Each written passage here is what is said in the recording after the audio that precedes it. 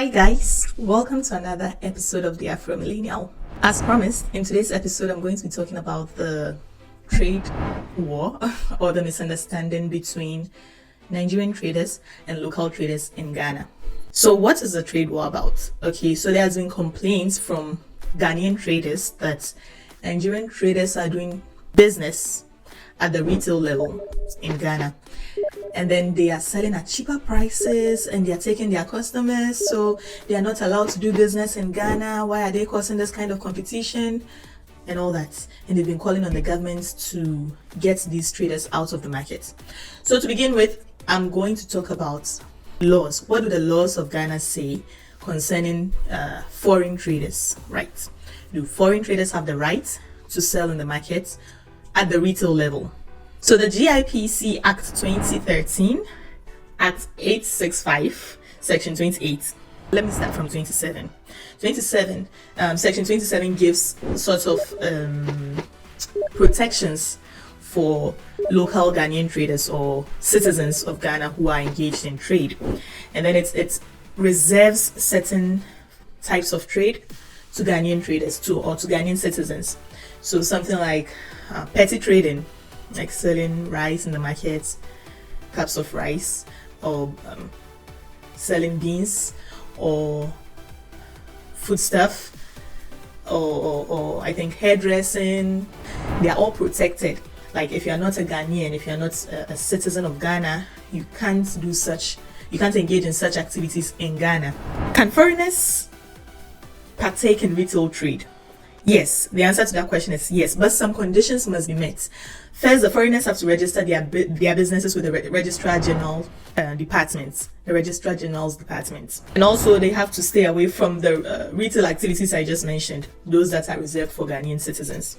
All right, there are investment requirements that foreign traders must meet before they can engage in retail trade. So for example, I think the minimum is like 200, the minimum amount I saw there. I'm going to give a link to the entire act, so you go through it. If you are interested in knowing the details, you go through it to know what the law says. But I think there's a minimum financial investment requirement of about $200,000. So the question is, do the Nigerian traders trading in Circle, in Idum, do they meet these requirements that should allow them to engage in retail trade or trade at the retail level? I don't know, but I doubt it, because most of these traders, let's say phone sellers, right? I don't think the value of the phones in their shops will be up to that $200,000. Not even Ghana is $200,000. And so how come they are able to engage in such trades, right? Something must be wrong somewhere. Either someone in some governments or someone in the Registrar General department is not doing their checks well, and they are allowing these Nigerian traders to register their businesses, or these traders are not registering their businesses.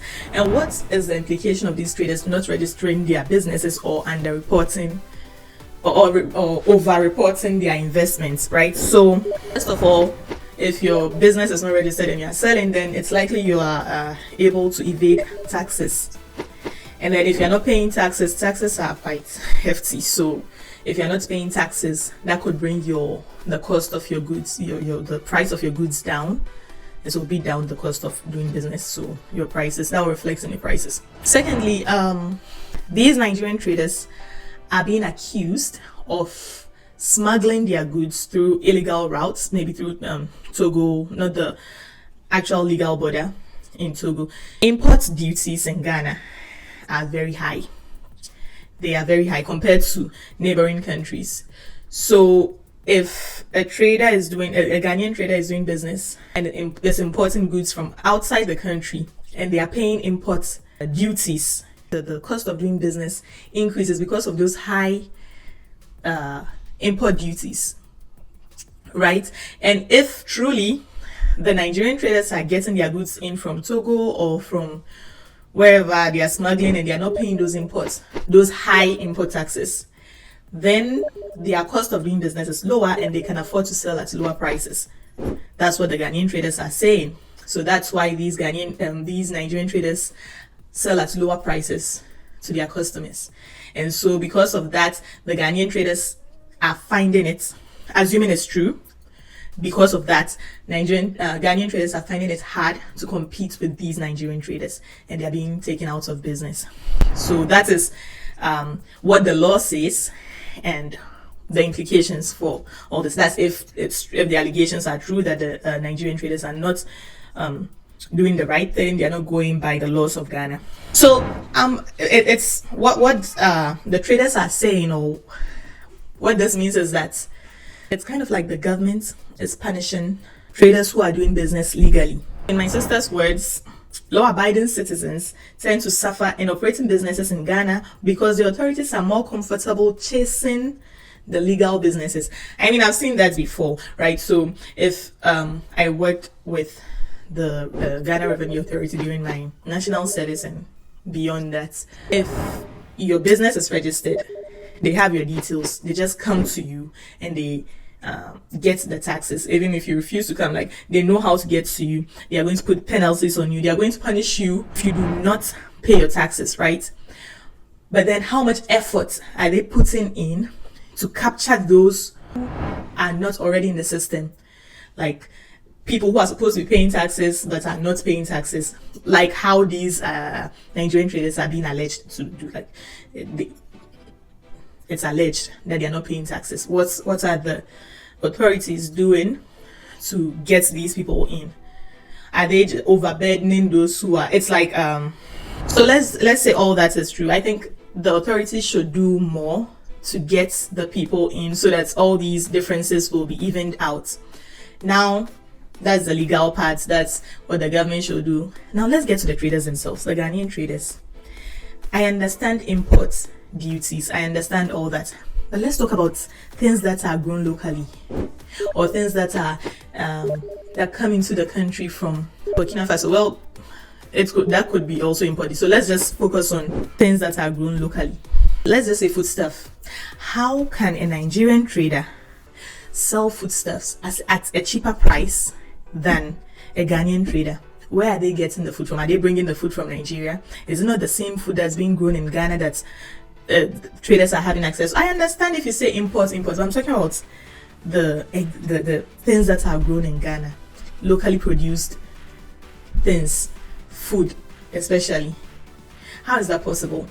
Is it that the Ghanaian traders are overpricing their goods and then they are being threatened by the Nigerian traders who are more interested in getting a large customer base? These are the questions I want to ask. I get the legal aspects, I get like the points.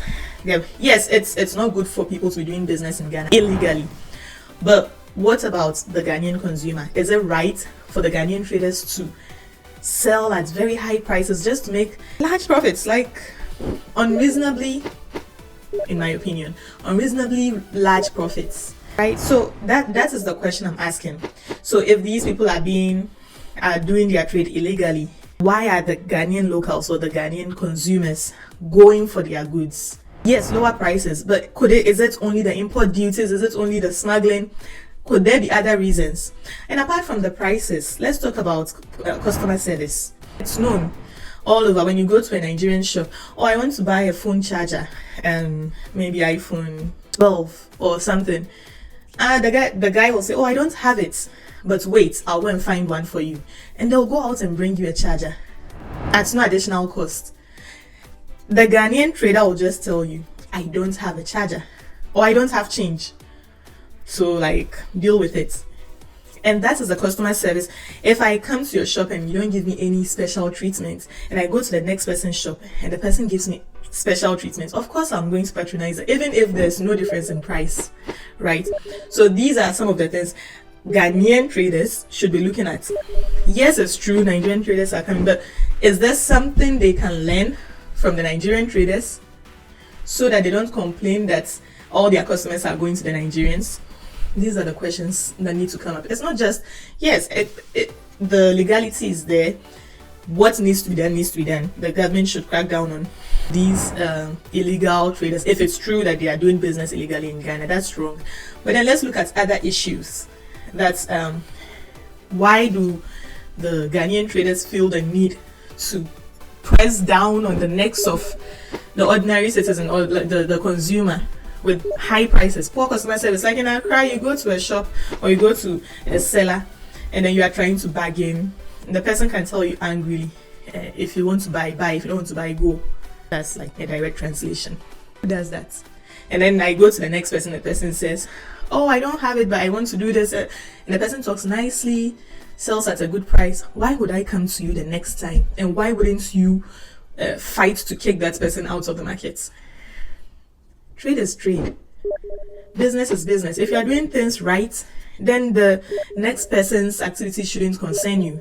I mean, you get what I'm saying? So I think there are two sides of the coin.